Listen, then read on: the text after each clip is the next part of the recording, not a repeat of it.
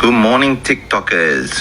This one may seem so simple, but it is fucking. Good afternoon, TikTokers. I'm back again. I said I wasn't going to talk about Shane, and I'm not going to be talking about Shane. However, that doesn't mean I'm not going to call out his defenders who continue to excuse Shane's behaviour, like this DV apologist, Nathan Paddison. I'm going to address some of the comments that Nathan has left under this particular video. I tried a few times to make this video and read out loud some of the comments that he's made, but honestly, I just sound like an idiot when I repeat them. What I'll do instead is leave them here for you to read yourself.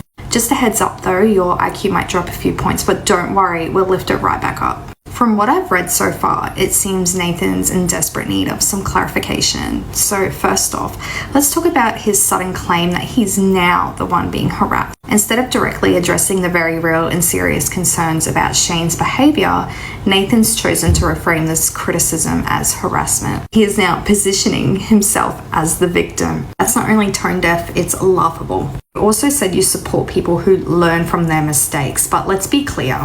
Domestic violence isn't just a mistake, it's a repeated pattern of abusive behaviour, Nathan. Shane is still objectively showing that same pattern through intimidation, veiled threats, and manipulative tactics. That's not growth. That is a continuation.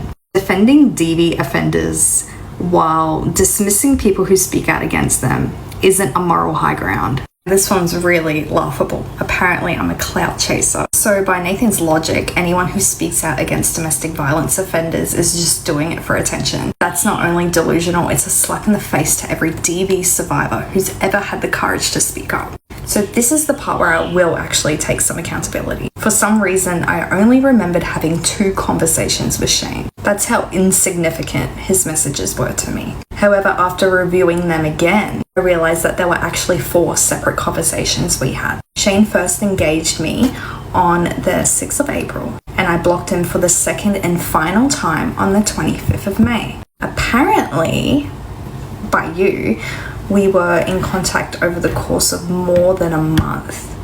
Nathan, that was barely 3 weeks. You also insist that I wrote, "Thank you, I got what I want," with a laughing emoji, implying that I was laughing at Shane's expense, which is half true. I did use laughing emojis throughout the conversations. However, in that particular section of the conversations, after he sent me this vile veiled threats, if you actually read the conversations and what actually transpired, you will know what I actually said.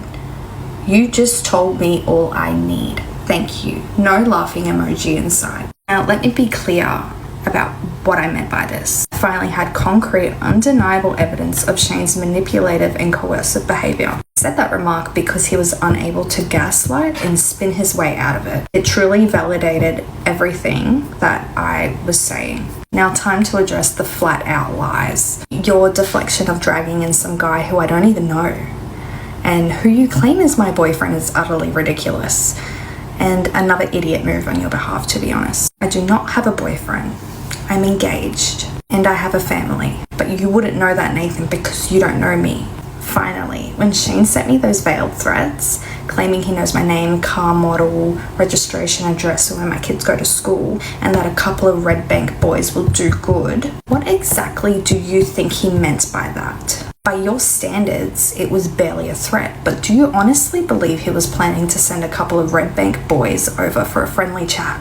Let's be real here. These statements were intended to intimidate and silence me, but I will not be silenced. I suggest you take 5 minutes away from your DV offender redemption script to actually research what veiled threats actually are. Also, thank you for inviting me onto your podcast. However, why the fuck would I want to come on? Let's be honest. You didn't invite me on to have a genuine conversation about domestic violence, social issues. You invited me because you are the real clout chaser here. And this would make some sick content, wouldn't it? You truly don't care about DV offenders reoffending. You just use this veil as, we are better people, to hide the fact that most DV offenders do not change. You invited me for damage control. And I must be truly delusional if I ever thought any self-respecting woman would go onto your podcast. Honestly, I'm surprised that you even have one.